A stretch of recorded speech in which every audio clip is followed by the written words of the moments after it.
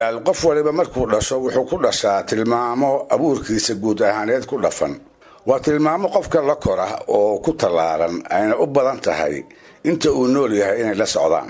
dhismaha jirkiisa ayay qaarkood ku saabsan yihiin, qaar kalena awoodda garaadkiisa iyo maankiisa ayay la xidhiiraan. macnaheedu wuxuu yahay dadka qofba sibuu eebba u abuuraa.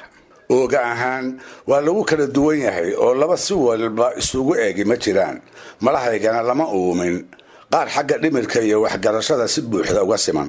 waa run oo dadka qaar baa loo buriyaa, looguna deeqaa in doora oo ka mid ah tilmaamaha wanaagsan ee ay bulshadu jeceshahay. qaarna isla tilmaamahaas inta lagu yareeyo ayaan falkooda wanaag laga filan, taladoodana aan la tixgelin.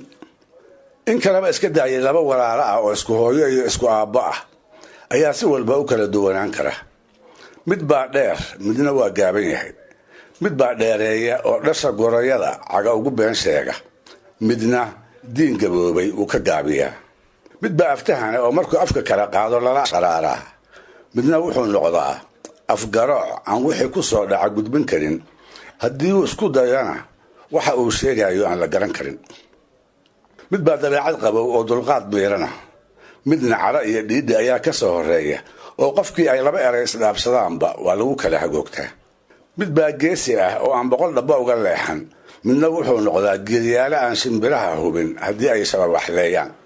mid baa deeqsi ah oo hadduu wax kala waayo awrka gurgur martidiisa u looga, midna waa mudal qaduuca oo aan xunshada uga kicin.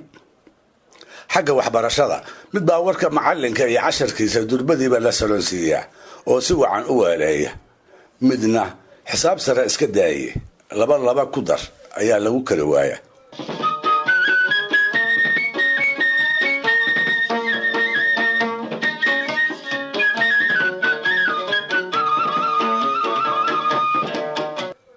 sidaas oo kalena awoodda maanse curintu waxay ka mid tahay awoodaha uu aadanaha qaarkiis ku dhasho, qaar kalena aan wax laga siin. waa tilmaan dadka qaar lagu gallado, qaarna laga qadiyo. macnaheedu wuxuu yahay gabyaannimadu waa hibo abuurka qofka ku milan, waa awood uurka hooyo lagala soo baxo. waa tilmaan ruuxa loogu deeqaa uu iska dareemo goor hore iyo isaga oo aan weli qaangaarin.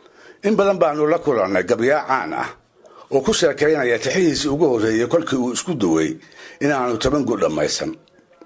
allaha u naxariistee gabyaagii weynaa ee aadan carab la oran jiray wuxuu igu warramay inuu 9 jir ahaa markuu mariyey tixuu ugu jawaabayey nin isaga aabbihii gabay ku maagay. sidaas oo kale 1970 qarnigii 20aad ee dhowaantayna sagootiyey waxaa isaguna ii sheekeeyey maansayahanka caanka ah cabdulaahi macalin axmed oo dhoodaan lagu naanayso. wuxuu ii sheegay inaan wax qumani u dhaxaynin markii uu hadal bartay iyo markii uu gabayga bilaabay. taasina waxay markhaati dheeraada u tahay ra'yiga ah maansayahanku inuu ifka u soo baxo isaga oo awoodda curinta maansaduna ay ku tallaalan tahay. sidaasoo ay tahay haddana waa la joogaba dadku kama daalaan inay isweydiiyaan su-aasha ah gabayga ma la baran karaa, oo sida kasmooyinka kale uu aadanuhu u kala kororsado awoodda maansa curintana ma loo kala kororsan karaa. inkastoo taasi ay mar walba su-aal taagan tahay, haddana waxaa hadda lagu soo kiciyey oo na soo weydiiyey dhagaystayaasha barnaamijkan midkood oo magaciisa iyo halka uu dunida kaga nool yahay toona aan noo soo sheegin. yeelkeede jawaabta su-aashu waa haa, islamarkaana waa maya. waa haa oo guud ahaan jacayl aada haddii aad maansada u hayso. markii tix cusub laguu mariyo haddii aad wada qaban karto ama inteeda badan aad ku celin karto. kolkaad sheekaynayso haddaad is aragto adigoo tixa maanso ku maahmaahaya, haddii aad wax badan ka xafidsan tahay maansadii raggii hore, isla markaasna kuwa kula xilliga ah wax soo saarkooda aad wax roon ka og tahay, haddii aad iska dareento inaad leedahay awoodda kala soocidda tixda hagaagsan, midda meeldhexaadka ah iyo midda liidata, haddii meelisyada deelqaaf kale ama miisaan ahaan jaban isla markiiba ay dhegtaadu dareemi karto. intaas oo awoodood haddii aad isku aragto waxaad u dhowdahay inaad tirin karto maanso aan deelqaaf lahayn, maanso aan meelisyadeedu kala dheerayn, maanso habdhaca maansooyinka kale leeyihiin iyadana laga dareemi karo. inkastoo ay arrintu sidaa tahay oo dadka qaarkiis ay dadaal iyo barasho awgeed wuxuun maanso salsallaaba ay kolkolka qaarkood tirin karayaan, haddana marnaba lama sinmi karayso maansada ay hibadu soo saarto. maansayahanka hibada oo leh tiisu waa isku xiran tahay oo ujeeddada ay xambaarsan tahay si buuxda ayuu ugu soo bandhigi karaa. ha yeeshee midda barashada lala kaashadaa way kala dalooshaa oo inkastoo la dheereeyo haddana qaybaheedu ujeeddadii loo mariyey ma koobaan. maansayahanka ay hibadu ku laran tahay meelisyo tira yar oo markiiba la qaybi karo ayuu ujeeddadiisa u xambaariyaa, waxaana tixihiisa lagala soo dhex bixi karaa tuducyo lagu halqabsado oo mustimiiran ah. ha yeeshee qofka barashada awgeed wax ku curiya tix gaaban kuma dambogan karo, wixiisuna shiiqsi dambe ma yeeshaan. maansada barashada lagu dhaliyo waa lagu dhibtoodaayo inuu ebiyo maalmo badan ayay ninkeeda ku qaadataa, halka midka ku dhashay ay debnaha ka saarsaaran tahay oo markii la weydiiyo iyo goobtii lagu haybiyaba uu Ismaaciil Mire sidiisii dadka kaga haqabtiri karo.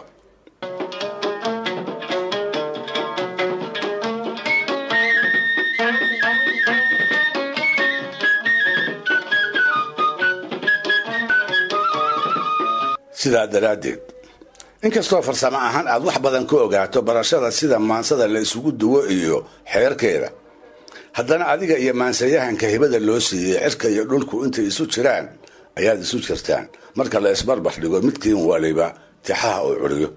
sida Saahid Qamaankii uu tirinteeda eebba ku galladay, nin barasho ku galay lagama fili karo intuu garnaqsado inuu meelisyo tira yar ku muujiyo meesha sare ee qabkiisu joogo iyo ogaaska tolkaba allaha ka dhige inaanu nin nabadgeli u lahayn, wax sinaan ka hooseeyana aan laga damci karin.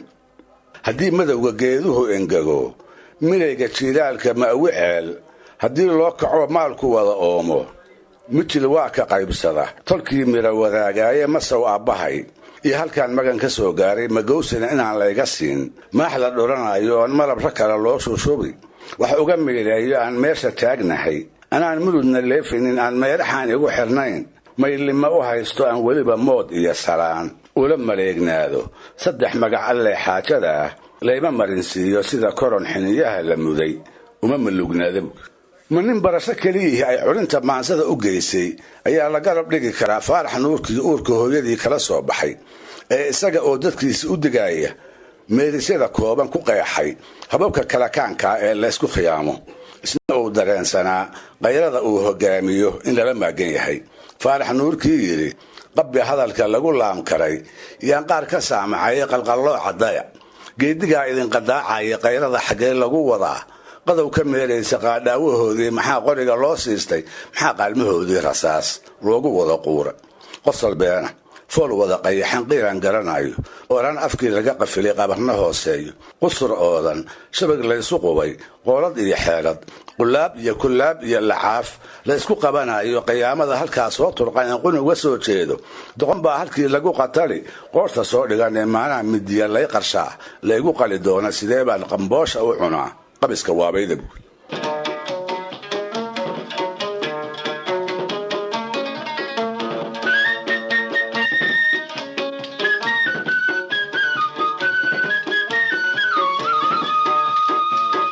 allah u naxariistay aadan carab oo geeridiisii kadib aan jeer ku tilmaamay maansayahanadii hore kii u dambeeyey ayaa gabayadiisii midkood waxa uu inagu baray inay maansa curintu hibo tahaye aanay ahayn tilmaan qasab iyo isjecelaysiin lagu taabi karo.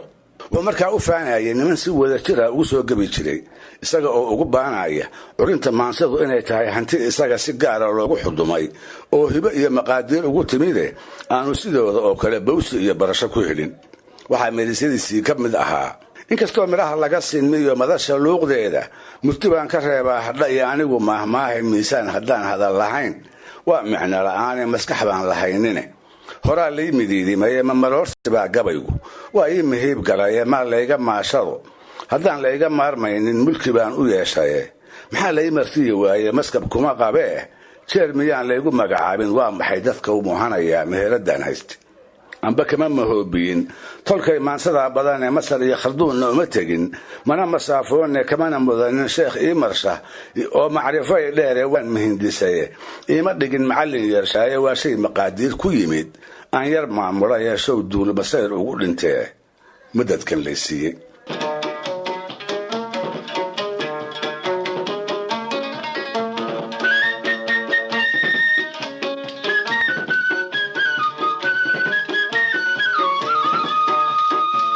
dhegaystayaal barnaamijkeennii dhaqanka iyo hidduhu maanta halkaa haynoo joogo waa barnaamijka soo socda iyo toddobaadka soo aadan waxayduna nagala soo xiriiri kartaan cinwaanka